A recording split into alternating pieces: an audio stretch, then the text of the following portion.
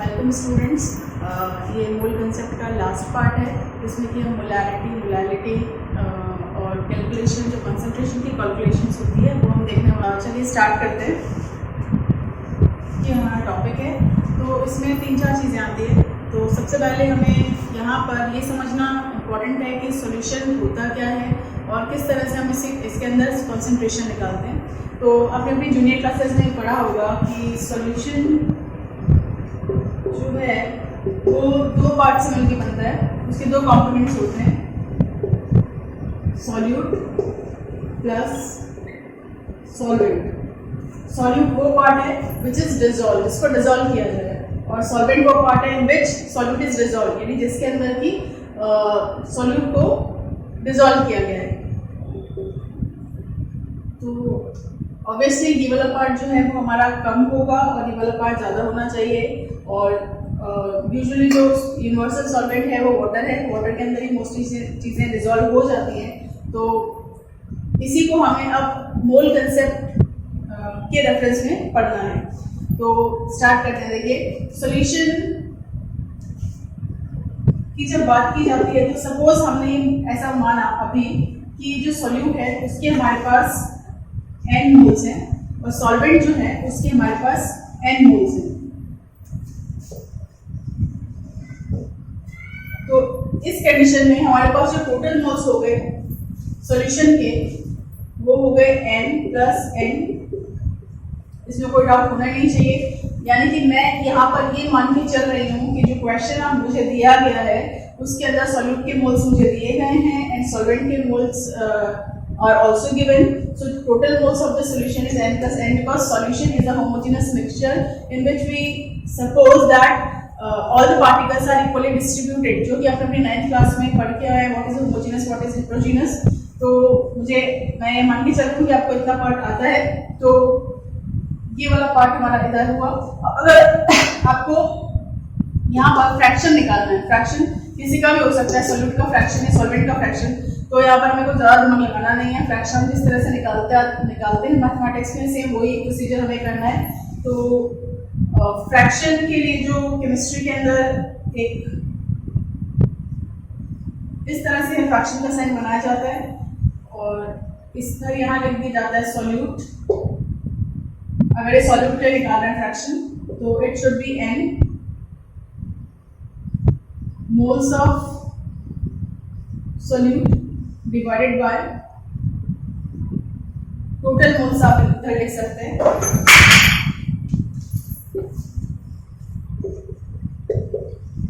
Total moles. यहाँ पर values जो मैंने यहाँ पे दिए हैं इस तरह से लिख सकते हैं n प्लस n। तो हमारे पास ये पार्ट जो आज आएगा वो सॉल्यूट का फ्रैक्शन आएगा, मोल फ्रैक्शन से। इसी तरीके से हम सॉल्वेंट का भी निकाल सकते हैं,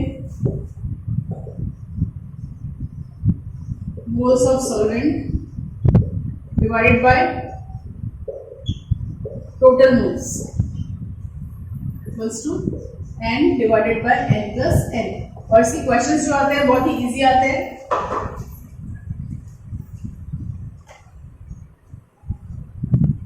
जनरली क्वेश्चन में ऐसा डायरेक्टली आपको दिए जाएंगे मोल्स, अगर नहीं दिए जाते हैं तो आपको ग्राम वेट दिया जाएगा, तो मोल्स निकालने आपको अभी आ ही गए हैं। तो क्वेश्चन बहुत इजीली सॉल्व हो जाते हैं इसके।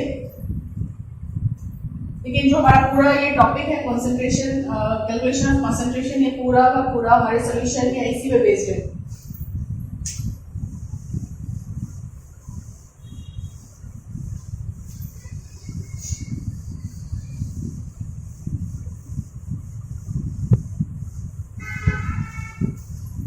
इस पार्ट में हमें मेनली 2 टर्म्स पढ़नी है, मोलैरिटी एंड मोलैलिटी। तो हम वन बाय वन से पढ़ेंगे। तो फर्स्ट है हमारे पास molarity.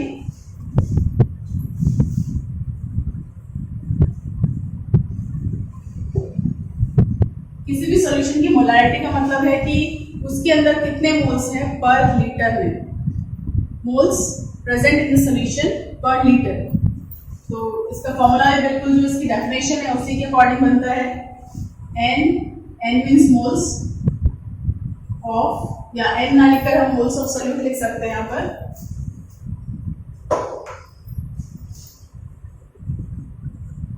moles of solute divided by volume of solution. तो हमारा बेसिक फॉर्मूला जो है वो यही है। अब इसको आप कितना ही बड़ा कर सकते हैं। कैसे कर सकते हैं, देखिए यहाँ पर जो वॉल्यूम आता है वो लीटर के अंदर आता है, लीटर के अंदर लेना है हमको मतलब। तो अगर आप मोल्स का फॉर्मूला इसमें डाल दें, सपोज आपको मोल्स नहीं दिए हुए हैं सोल्यूट के, आपको ग्राम वेट दिया गया है, तो आपको फॉर्मूला को चेंज करना पड़ेगा। चेंज किस तरह से होगा, ग्राम weight of solute divided by moles निकालने के लिए हमें मॉलिक्यूलर वेट या लगाना पड़ेगा। मॉलिक्यूलर वेट अगेन वो सोल्यूट का ही होगा 1 by volume and volume should be litres. अगर आपको यहाँ पर लीटर में नहीं दिया जाता है तो आपको ml में दिया जाएगा या cc में दिया जाएगा, तो आपको ml या cc को कन्वर्ट करना पड़ेगा लीटर में, क्योंकि आपको हमेशा जो मोलैरिटी निकालनी है वो सिर्फ लीटर्स में निकालनी है। तो फिर ये चेंज हो सकता है gram weight divided by molecular wait volume of solution into 1000 divided by volume of solution in ml। अगर ml में दिया जाता है तो ये इस तरह से कन्वर्ट हो जाता है। तो हमारे पास बेसिक फॉर्मूला ये है, इसको आप कितना ही बड़ा करके इस तरह से लिख सकते हैं। आपको बुक्स में जो मिलेगा वो जनरली ये वाला फॉर्मूला मिलेगा, क्योंकि आपको क्वेश्चंस में या मैथ्स में जो दिया जाएगा वो ये पार्ट होगा, आपको ml में ही दिया जाएगा। इसलिए आप इसका स्क्रीनशॉट ले सकते हैं। उसके बाद में हम इसके क्वेश्चन सॉल्व करते हैं। तो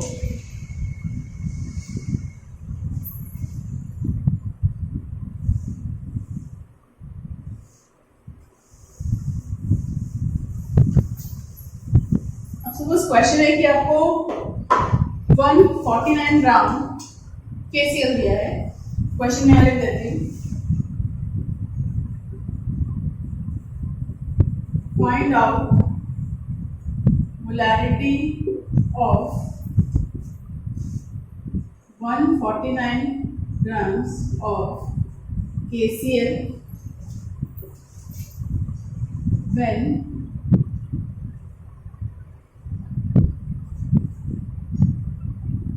volume of solution is 1 liter। तो ये आपका क्वेश्चन हो गया। इसमें आपको दिया गया है सोल्यूट का ग्राम वेट और वॉल्यूम आपको दिया गया है सोल्यूशन का 1 लीटर। तो ये बहुत ही बेसिक क्वेश्चन है, बहुत ही इजी क्वेश्चन है। तो इसमें आपको क्या करना है, देखिए आपको क्योंकि ग्राम वेट दिया गया है सोल्यूट का, तो आपको उसका इसके मोल्स निकालने पड़ेंगे। और मोल्स निकालने के लिए आपको के और क्लोरीन, पोटेशियम एंड क्लोरीन दोनों का ही एटॉमिक वेट पता होना चाहिए। तो के का जो एटॉमिक वेट होता है दैट इज 39U और क्लोरीन का जो हम मानते हैं वो 35.5U। मतलब कि आपके पास जो मॉलिक्यूलर वेट आ गया वो आ गया 39 प्लस 35.5 इक्वल्स टू 74.5U।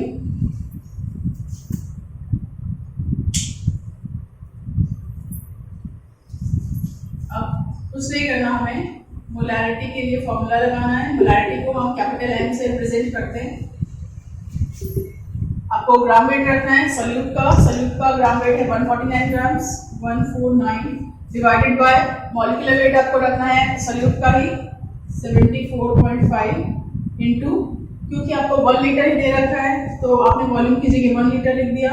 मैंने यहाँ पे फॉर्मूला नहीं लिखा है क्योंकि फॉर्मूला ऑलरेडी मैं आपको लिखवा चुकी हूँ। तो लेकिन जब भी आप अगर बोर्ड के लिए प्रिपेयर कर रहे हैं तो बोर्ड के लिए आपको यहाँ फॉर्मूला लिखना कंपलसरी है, और अगर आप जे के लिए प्रिपेयर कर रहे हैं तो आपको फॉर्मूला की कोई जरूरत नहीं है, आपको याद होना चाहिए। मतलब तो आपके पास जो इसका आंसर आएगा दैट विल बी 2m, मतलब molarity of this solution is 2m। Next है हमारा मोलैरिटी, जो मैं आपको बताया कंप्लीट हो गया। मोलैरिटी में एक और इम्पॉर्टेंट चीज़ है जो आपको समझनी है कि मोलैरिटी जैसे जैसे किसी भी आपके पास सॉल्यूशन है अगर उसका वॉल्यूम बढ़ेगा तो मोलैरिटी कम होगी, और सेम ऐसा ही अगर टेम्परेचर बढ़ेगा तो भी मोलैरिटी कम होगी। उसका रीज़न क्या है, देखिए कि सपोज आपके पास एक ये सॉल्यूशन है और पहले ये ऐसा था कुछ,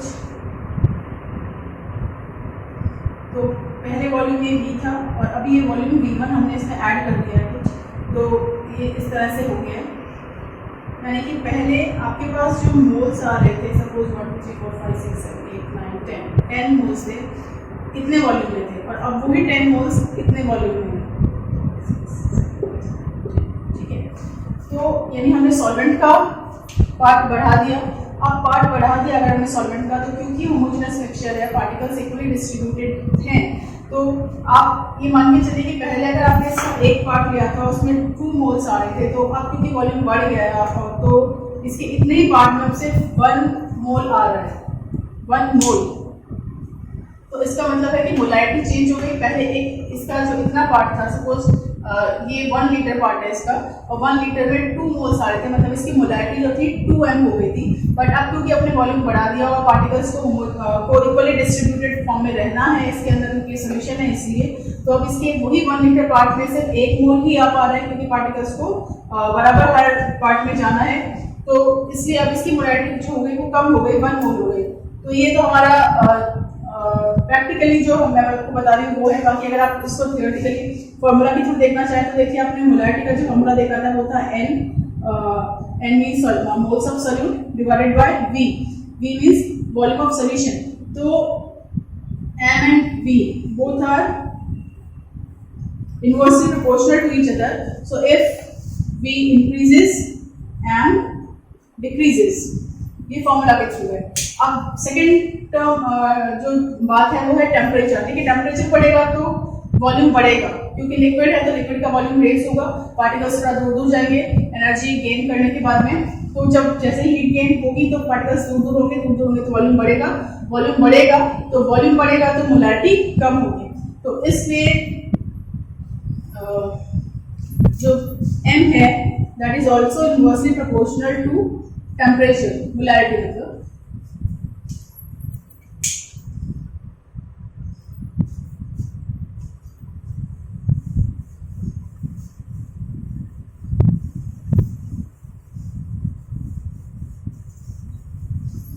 इसी के साथ एक टर्म आता है मिलीमोल। मिलीमोल क्या है? देखिए, अगर वॉल्यूम ml में है, वॉल्यूम अगर ml में है तो क्या जो मोल्स हैं आप इसको m इंटू v करके निकाल सकते हैं? बिल्कुल निकाल सकते हैं। तो यानी n equals to m into v, ये हो सकता है। तो जब n इक्वल्स टू v हम बोल सकते हैं and v is in millilitre, so this is called, this n is called millimoles. और ये हमारा ये वाला पार्ट जो है हमारे मिक्सिंग जब करते हैं सॉल्यूशंस की, तो उससे बहुत ही काम आने वाला है। तो इसका भी एक बार स्क्रीनशॉट ले लीजिए।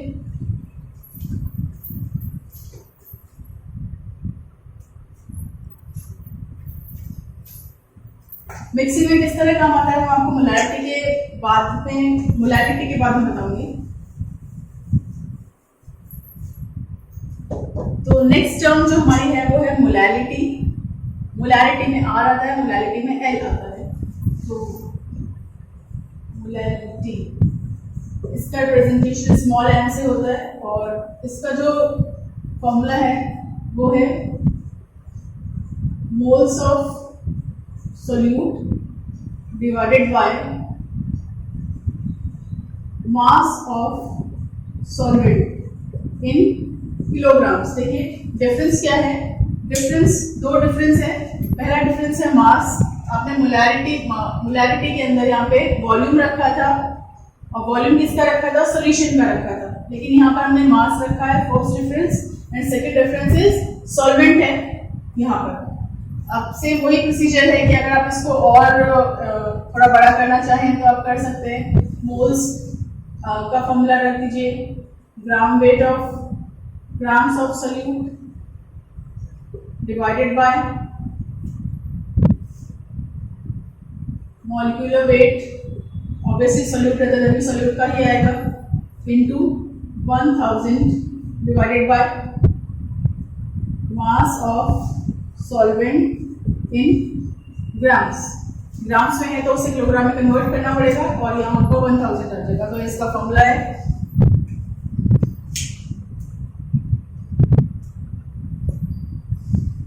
अब देखिए क्वेश्चन कुछ इस तरीके से है कि सपोज आपके पास 225 ग्राम जो है वो एक एक्वस सोल्यूशन है।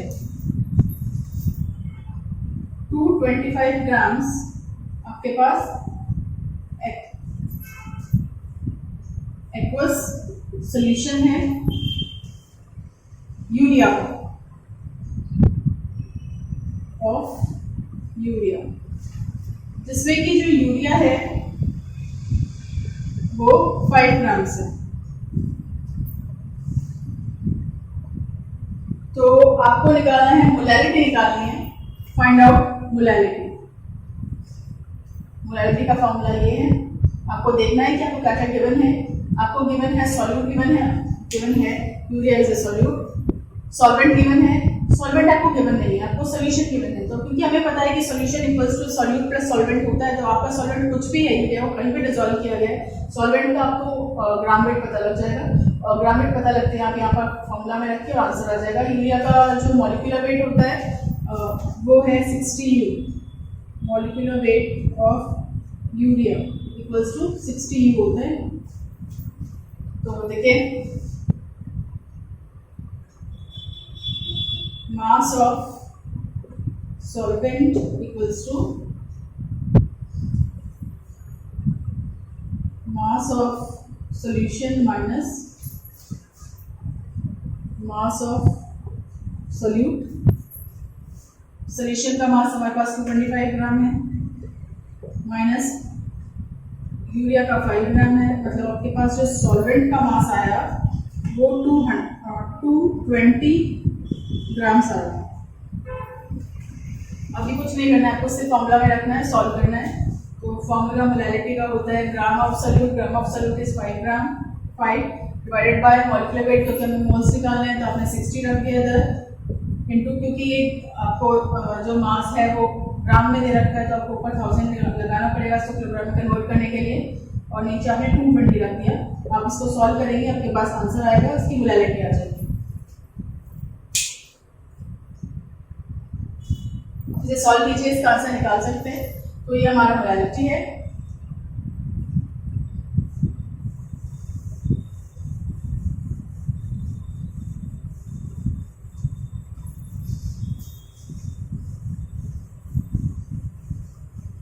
उसके बाद हमारी कुछ कॉन्सेंट्रेशन टर्म्स है। कॉन्सेंट्रेशन टर्म्स कहाँ काम आती है? जब आप जो आपकी मेडिसिन होती है उसमें आप देखिएगा, लिक्विड मेडिसिन यूजुअली उसमें आपको जो उसके कंपोनेंट्स होते हैं वो वेट बाय वेट या वेट बाय वॉल्यूम इस तरह से लिखे हुए होते हैं। तो वो क्या है वो ही हमको अभी समझना है। तो आपकी जो कॉन्सेंट्रेशन टर्म्स है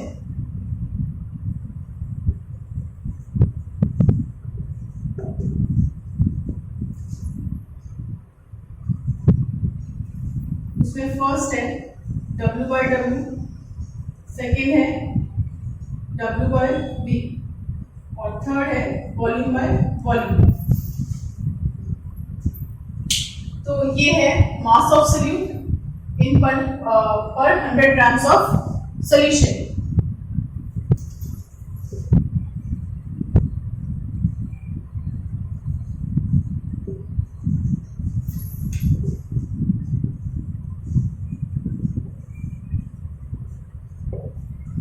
ये है मास ऑफ सोल्यूट इन पर 100 ml ऑफ सोल्यूशन, और ये है वॉल्यूम ऑफ सोल्यूट इन पर 100 ml ऑफ सोल्यूशन। जनरली इसका परसेंटेज पूछा जाता है, तो आप परसेंटेज निकालने के लिए 100 से इसे मल्टीप्लाई कर दीजिए तो आपका आंसर आ जाएगा। क्वेश्चंस आपको इजीली मिल जाएंगे, कहीं पर भी नहीं। तो अगर आपको क्वेश्चन नहीं मिलते तो आप कोई मेडिसिन की बॉटल उठा के देखिए, आपको उसमें परसेंटेज के फॉर्म में लिखा हुआ होता है उसके अंदर, तो उससे आपको क्लियर हो जाएगा। आपके पास जो भी होते हैं उससे आप ऐसे क्वेश्चन सॉल्व कर सकते हैं।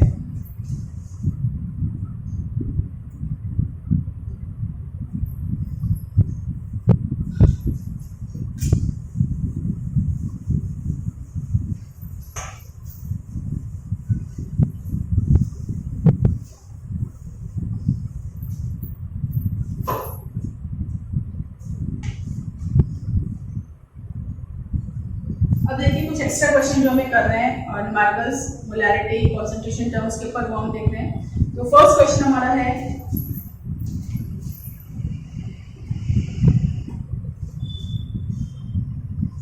equal moles of H2O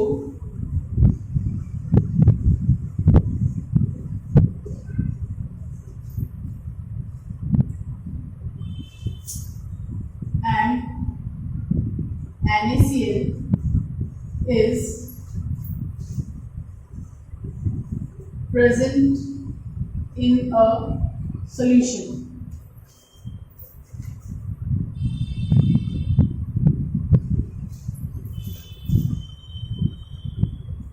Calculate small m. Small m means molarity. हमें इसकी मोलैरिटी निकालनी है। तो देखिए क्वेश्चन में कुछ भी गिवन नहीं है, केवल आपको ये गिवन है कि आपको आपके पास जो मोल्स हैं वो इक्वल है H2O और NaCl के, और आपको मोलैरिटी निकालनी है। ठीक है, तो पहले तो आपको क्वेश्चन पढ़ के डिसाइड करना है कि क्या इसमें आपको सॉल्यूट या सॉल्वेंट ऐसा कुछ दे रखा है। तो दे रखा है H2O is a universal solvent and NaCl is a solute in it। तो जो क्वेश्चन जिस तरह से आपको बोल रहा है, आपको वही चीज को फिर से लिख देना है, मतलब कि इक्वल बोल रहा है, मतलब मोल्स को इक्वल कर दीजिए।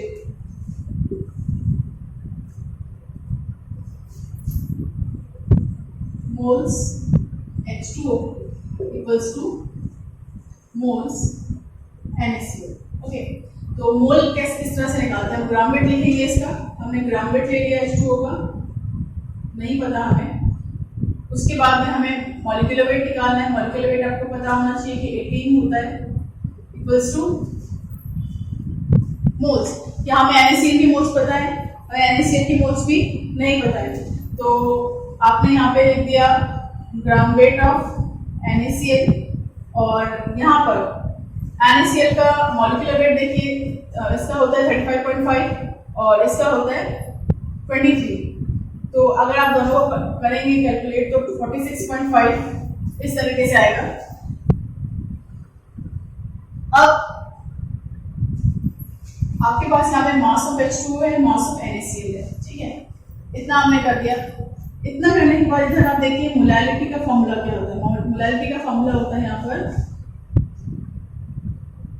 ग्राम weight of solute.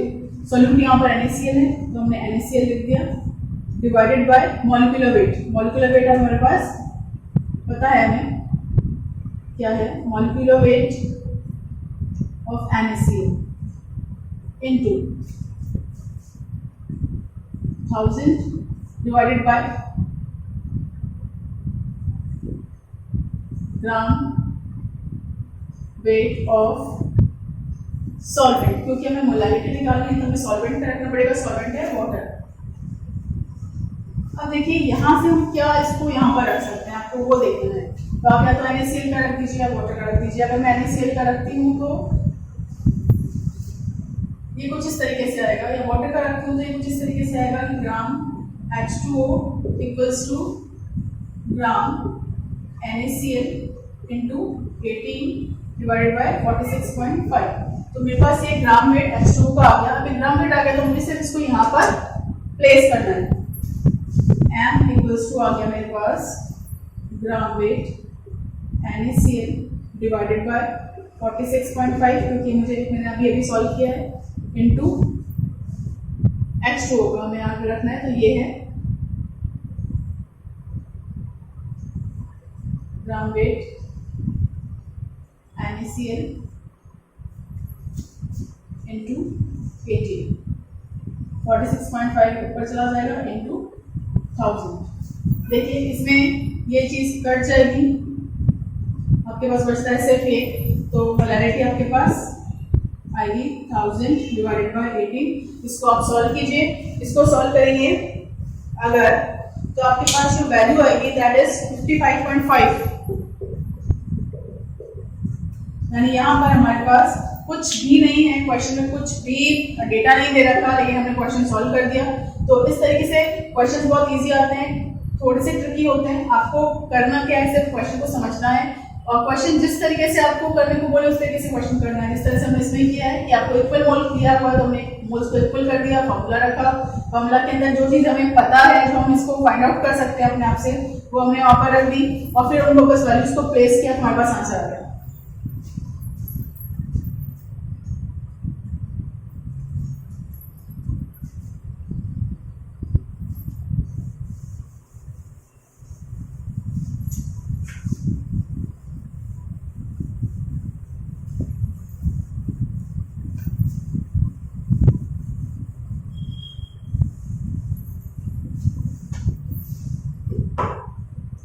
Next question देखिए,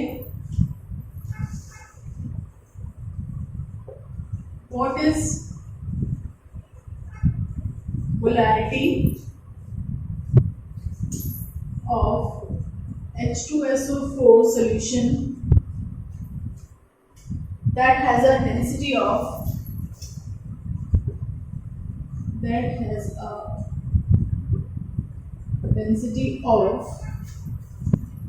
1.84 gram per cc and contains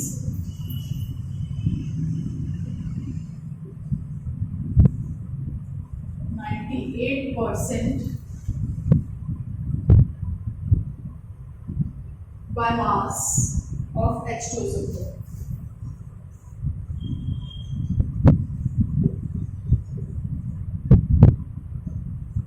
ये आपको क्वेश्चन गिवन है, what is molarity of H2SO4। मतलब फर्स्ट क्वेश्चन, आपको क्वेश्चन को जब भी न्यूमेरिकल आता है थोड़ा सा मैटर को तोड़ फोड़ के पढ़िए। तो फर्स्ट पार्ट इसका हो गया what is molarity of H2SO4 solution, मतलब आपको इस सॉल्यूशन की H2SO4 सॉल्यूशन जो कि वाटर में डिसॉल्व होगा ऑब्वियसली, तो उसकी आपको मोलैरिटी निकालनी है। दैट हैज अ डेंसिटी, मतलब आपको सॉल्यूशन की डेंसिटी दे रखी है 1.84 ग्राम पर सीसी, सीसी एमएल दोनों इक्वली होते हैं ऑलमोस्ट, तो हम इसको 1.84 ग्राम पर एमएल भी बोल सकते हैं। मतलब 1 एमएल के अंदर आपके पास 1.84 ग्राम H2SO4 है and contains 98% of mass of the H2SO4। और जो आपका H2SO4 है वो सिर्फ 98% है, मतलब कि हो सकता है उसमें कुछ इम्प्योरिटी हो, आपने डाला तो 100% H2SO4 था बट उसके अंदर ड्यू टू सम इम्प्योरिटीज वो 98% उसकी प्योरिटी रह गई। तो ये उस तरीके का केस है, तो उसको हम किस तरह से सॉल्व करेंगे देखिए। सॉल्व करने के लिए पहले आपको ये सोचना पड़ेगा कि आपको निकालना क्या है। निकालना में मोलैरिटी है, तो मोलैरिटी के लिए हमें क्या क्या चाहिए, क्या हमारे पास है और क्या हमारे पास नहीं है। जो हमारे पास है उसको हम एक तरफ रख लेंगे, जो नहीं है उसको हमें पहले फाइंड आउट करना है। तो जो मोलैरिटी का फॉर्मूला होता है वो इस तरीके से होता है, m equals to gram weight of H2SO4 divided by molecular weight. Molecular weight अगर H2SO4 का निकालेंगे तो 98 होता है वो, इनटू वॉल्यूम ऑफ सॉल्यूशन।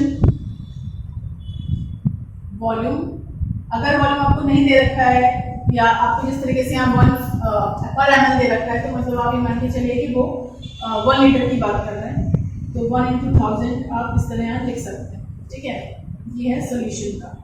आपके पास क्या नहीं है, हमारे पास नहीं है ग्राम ऑफ H2SO4।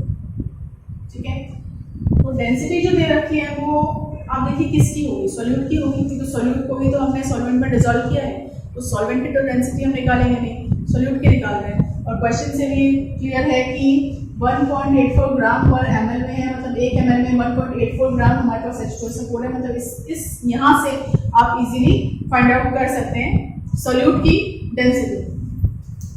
तो डेंसिटी को रो से रिप्रेजेंट करते हैं, density equals to density of H2SO4 is given here, that is 1.84 gram per ml.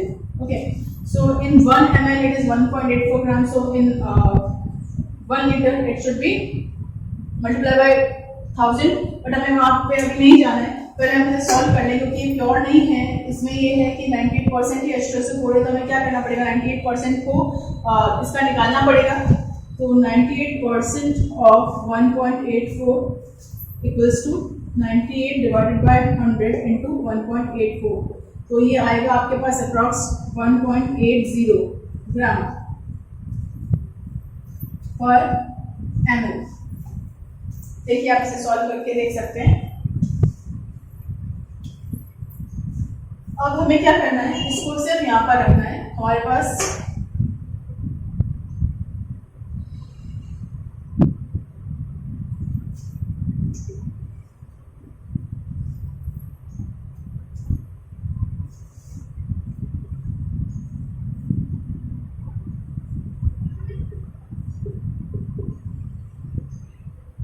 क्योंकि 1 ml में दे रखी है इसलिए मैंने इसको डायरेक्टली कर लिया है। अगर आपको यहाँ पर ml में डिफरेंस है तो आपको फिर यहाँ पे डिवाइडेशन करके मास निकालना पड़ेगा, बट यहाँ पर डायरेक्ट हो जाएगा और यहाँ से आपके पास आपका इसका आंसर आ जाएगा मोलैरिटी के साथ।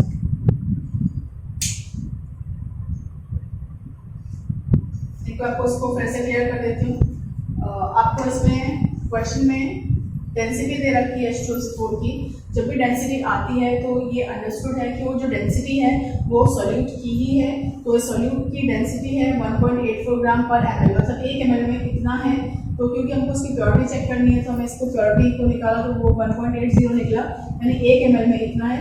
अब 1 ml में इतना है तो क्योंकि हमें जब भी हम मोलैरिटी निकालते हैं तो हम 1 लीटर में निकालते हैं, तो 1 ml में अगर आपके पास इतना है, आप इस तरह से इतना करके भी इसको आगे सॉल्व कर सकते हैं मैथमेटिकली, वो तो भी आंसर सेम ही आएगा। नहीं तो आप इसके ग्राम वेट में रख दीजिए कि 1 ml में इतना है, तो 1 ml इंटू 1000 आपने इसको कन्वर्ट कर लिया है, तो यहाँ पर इसका आंसर मोलैरिटी में आ जाएगा।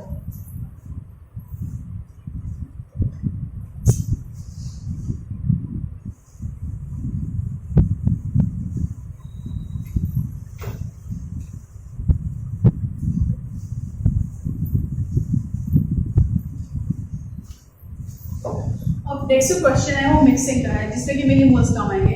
तो मेरा जो प्रीवियस वीडियो था उसके अंदर किसी स्टूडेंट ने क्वेश्चन पूछा था कि अगर दो सॉल्यूशंस की मिक्सिंग हो रही है तो क्या हम उसका पीएच निकाल सकते हैं, और वो किस तरीके से निकाल सकते हैं। तो देखिए मैं आपको पहले क्लियर कर दूं कि जो पीएच निकालना है वो आयनिक इक्विलिब्रियम में आता है। तो आयनिक इक्विलिब्रियम क्योंकि अभी तक मैंने स्टार्ट नहीं किया है, तो आपको अब अगर जेई के स्टूडेंट हैं तो आपको पीएच निकालना में मान के चल रही हूँ कि आता है, लेकिन उस कंडीशन में जब आप जेई के स्टूडेंट हैं तो वहां पर जब दो सोल्यूशन मिक्स होते हैं तो हमको ये पता होना चाहिए पहले कि जो दो सोल्यूशन है वो कौन से हैं।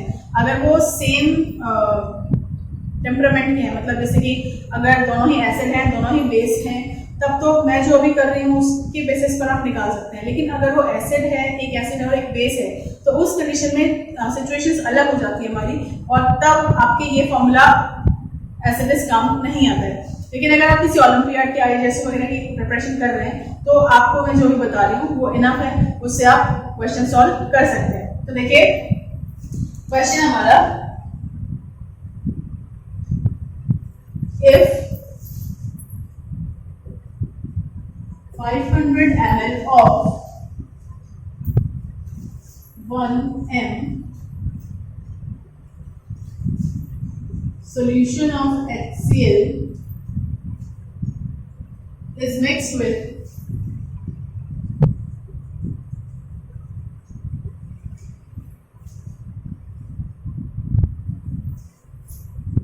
500 ml of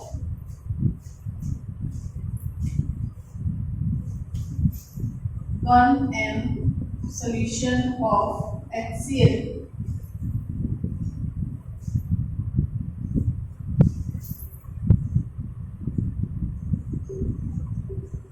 what will be the final molarity of solution। मतलब कि आपके पास दो सोल्यूशन है HCl के, दो अलग अलग, और आपने उन दोनों को मिक्स किया तो देखिए ऑब्वियसली मोल्स बढ़ेंगे। कैसे बढ़ेंगे आप इसको एक डायग्राम के फॉर्म में समझिए कि आपके पास एक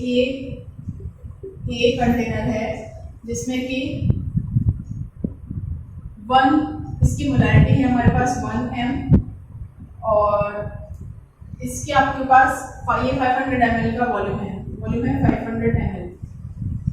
या आप इस तरह से समझ के, इसको ना समझ के आप इसको और सिंपल वे में समझिए। सपोज हमने एक बीकर लिया, बीकर में हमने वाटर लिया और वाटर में आपने 2 चम्मच शुगर डाल दी, ठीक है। फिर सेम वही दूसरा बीकर लिया, उसमें भी उतना ही पानी लिया और उसमें 1 चम्मच शुगर डाल दी। दोनों के अंदर जो स्वीटनेस होगी वो अलग अलग होगी, इसमें ज़्यादा होगी, इसमें कम होगी। अब आपने दोनों को मिक्स कर दिया। जब आपने इन दोनों को मिक्स कर दिया तो उस कंडीशन में जो स्वीटनेस आएगी वो ना इसकी जैसी होगी ना इसकी जैसी होगी, इन दोनों के बीच की जैसी होगी। क्यों? क्योंकि जैसे आपने इन दो सॉल्यूशंस को मिक्स किया, इनका वॉल्यूम, आपका पास जो टोटल वॉल्यूम था वो बढ़ गया, टोटल जो एटम्स थे वो बढ़ गए। तो सेम वही कंडीशन यहाँ पर है। तो इसीलिए हमें फाइनल सॉल्यूशन का जो है वो मोलैरिटी निकालनी पड़ती है। जब भी दो सॉल्यूशंस मिक्स करते हैं तो उनका वॉल्यूम बढ़ने के कारण उनका जो डिस्ट्रीब्यूशन है वो चेंज हो जाता है मोल्स का उसके अंदर, तो वो हमें निकालना पड़ता है। तो ये किस तरह से करते हैं, ये हम मिलीमोल की फॉर्म में करते हैं। तो देखिए क्यों करते हैं। पहला तो क्योंकि जब भी दो चीज़ें मिक्स कर रहे हैं, हम सोल्यूशन दो मिक्स कर रहे हैं, तो हमें मान के चल रहे हैं कि वॉल्यूम तो बढ़ रहा है बट मोल्स जो है वो ऐड हो रहे हैं। मतलब मोल्स जो है, मोल्स क्या है, एक तरीके से आपके एटम्स ही हैं और एटम्स के लिए हम बोलते हैं कि वो कंजर्व रहते हैं, कंजर्व रह रहे हैं। तो इसका मतलब है कि जो मोल्स हैं वो ऐड ऑन हो जाएंगे वॉल्यूम की तरह ही। तो हम ये बोलेंगे कि मिलीमोल्स बिफोर मिक्सिंग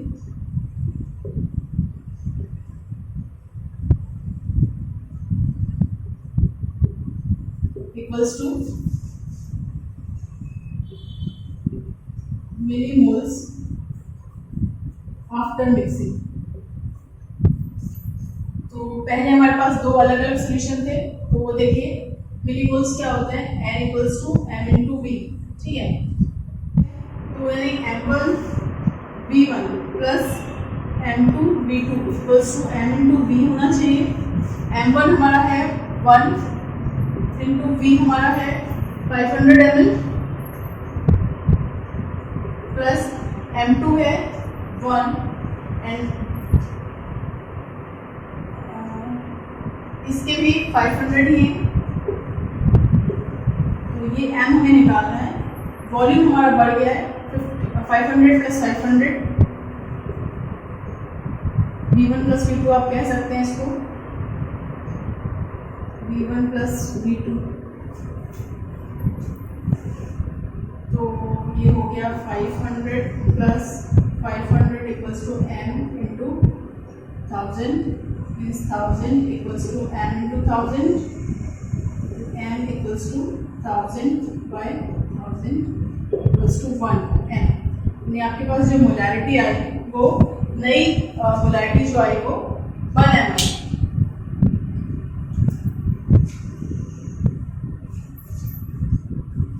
अब देखिए जो आपने कृष पटेल जिन्होंने क्वेश्चन पूछा था, तो आपके पास यहाँ जो HCl की मोलैरिटी आई नई वो 1 m आ गई। मतलब आपके पास 1 मोल है 1 लीटर के अंदर, ठीक है।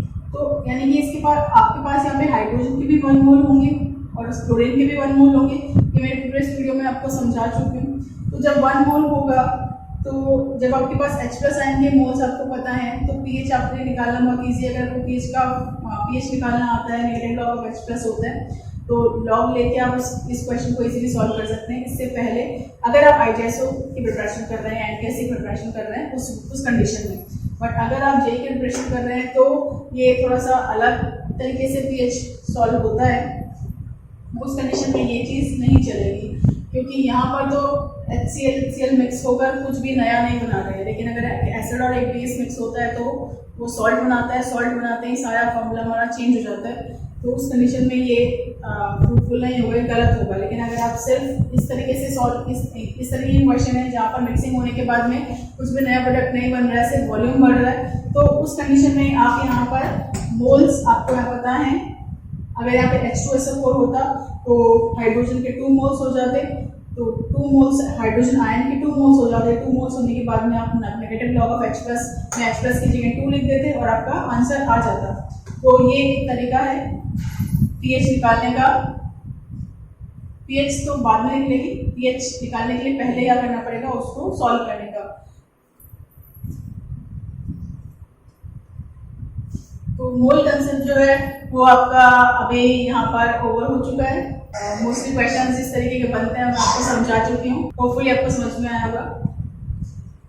Thank you.